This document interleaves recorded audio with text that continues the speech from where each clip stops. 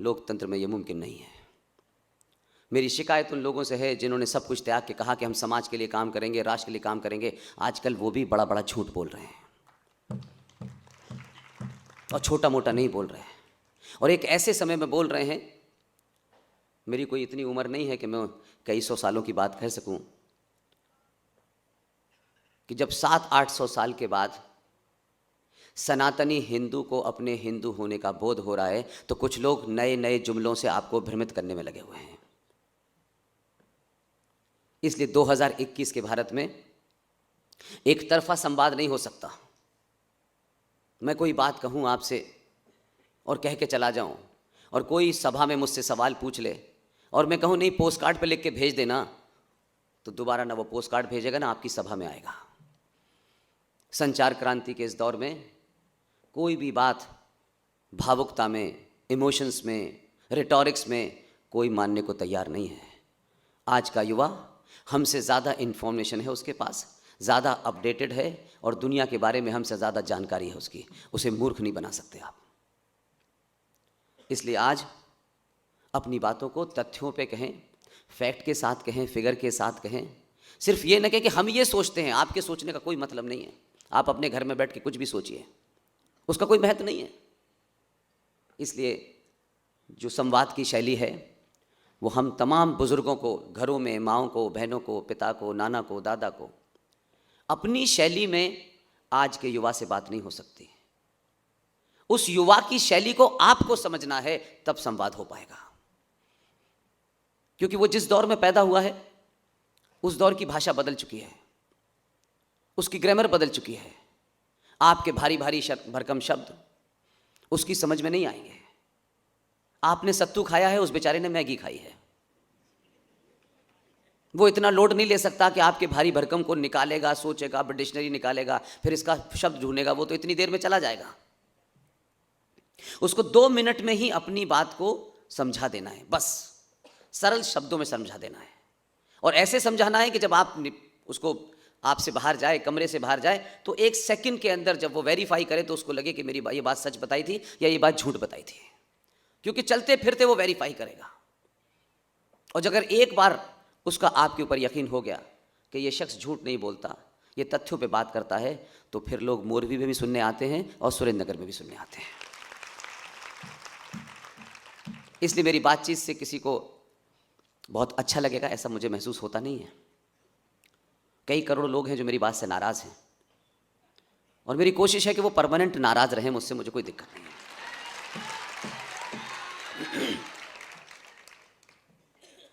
आज के इस प्रोग्राम को आयोजकों को एक बार फिर मुबारकबाद देता हूं।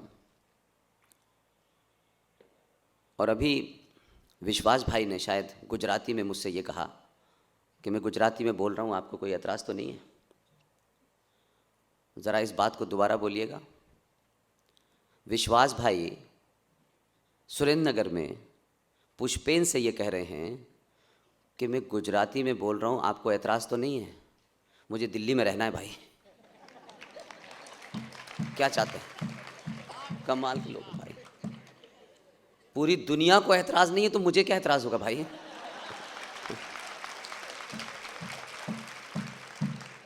इसलिए सनातनी हिंदू, हजारों लाखों साल पुरानी आपकी सभ्यता, आपके सरोकार, आपकी परंपराएं, आपकी आस्थाएं। एक ही बात से अपनी बात शुरू करता हूं कि जिस समाज के पास, जिस संस्कृति के पास, आप सोचिए कि 4 वेद हों, 18 पुराण हों, 68 नीतियां हों, 108 उपनिषद हों, वो समाज अजमेर शरीफ में एक मरे हुए आदमी की मज़ार पे पत्थर सर मार रहा है। हम कहां से चले थे, कहां आ गए? हमने दुनिया का सबसे बड़ा ज्ञान छोड़ करके सड़कों के किनारे, हाईवे के ऊपर, जहां मज़ार मिल जाती है हम मन्नत मांगने बैठ जाते हैं। आपके पास वो ताकत है जो विश्व में किसी के पास है ही नहीं। आप कहां सड़कों पे सर झुका रहे हैं? एक बार उस शक्ति के सामने सर झुकाइए, दुनिया में किसी के सामने सर झुकाने की आवश्यकता नहीं पड़ेगी। इसलिए सनातन के लोगों से यही कहता हूं कि एक बार सनातन का हाथ पकड़ लीजिए, दुनिया में किसी के पैर छूने की जरूरत नहीं पड़ेगी। आज राष्ट्र के सामने, देश के सामने अलग अलग चुनौतियां हैं, लेकिन ज़्यादातर समाज में हमारे यहाँ लोग ये समझते हैं कि सरकार और सरकार के जितने भी इंस्टीट्यूशंस हैं, सब कुछ अंतिम वही है। और जो समाज ये समझता है कि सरकार, कोर्ट कचहरी, पुलिस, सेना, ये सब कुछ है, अगर आप समझ लीजिए कि वो समाज जो है उसके अंदर इतनी कमज़ोरियां आ गई हैं कि वो ये सही नहीं समझ पा रहा कि हमसे सरकार है या सरकार से हम हैं। ये कोर्ट कचहरी हमारे लिए हैं या हम उनके लिए हैं। तो ये जो सबसे बड़ी गिरावट, क्योंकि पूरा समाज सत्ता की तरफ देखता है, समझता है कि सत्ता में बैठने वाले लोग ही सबसे बड़े ज्ञानी हैं और उन्हें ही सब कुछ पता है। मेरा 25 साल का पत्रकारिता का एक्सपीरियंस ये कहता है कि सत्ता में महामूर्ख बैठते हैं, कुछ पता नहीं होता उनको। इसलिए पद से बुद्धि का कोई संबंध नहीं होता कि कोई बड़े पद पर बैठ गया है तो वो बड़ा विद्वान भी होगा, मैं नहीं मानता। वाल्मीकि जी के पास कोई पद नहीं था,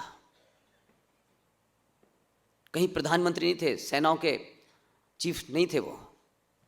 हमारे यहां जितने भी ऋषि मुनि हुए हैं, कोई उनके पास पद नहीं था, कोई सरकारी पद नहीं था। उन्होंने अपनी साधना से जो भी कुछ किया, वो कहीं कोई पेड़ के नीचे बैठा हुआ है, कोई मंदिर के पास बैठा हुआ है, कोई किसी आश्रम में बैठा हुआ है। लेकिन 7-8 साल के इस 800 साल के खांडकन में पुर्तगालीज आए, अंग्रेज आए, इस्लामिक आतंकवादी आए, हमने अपनी शक्ति को सबके सामने हीन माना, कम माना कि नहीं, हम तो कुछ है ही नहीं, हम तो दीनहीन लोग हैं। तो जिसका जो दिल चाहा उसने किया।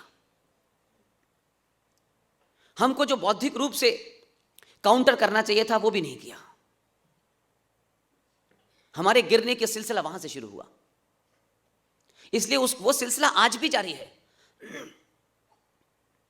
और अभी भी शायद हम ये नहीं समझ पा रहे कि पैसे बहुत सारे कमाने से आप अपने कपड़े बदल सकते हैं, मकान बदल सकते हैं, कार बदल सकते हैं, अपने अंदर की कमजोरी नहीं बदल सकते हैं। अपने अंदर जो हीन भावना भरी है वो नहीं बदल सकते। और ये तो वो देश है कि जिसने कभी कपड़ों को महत्व ही नहीं दिया। हमारी संस्कृति में सिले कपड़े नहीं पहने जाते थे, इसका चलन ही नहीं था। लेकिन हमने सोचा कि कपड़े पहनना, टाई लगाना, पैंट लगाना, अंग्रेजी बोलना, यही ज्ञान की अंतिम कसौटी है।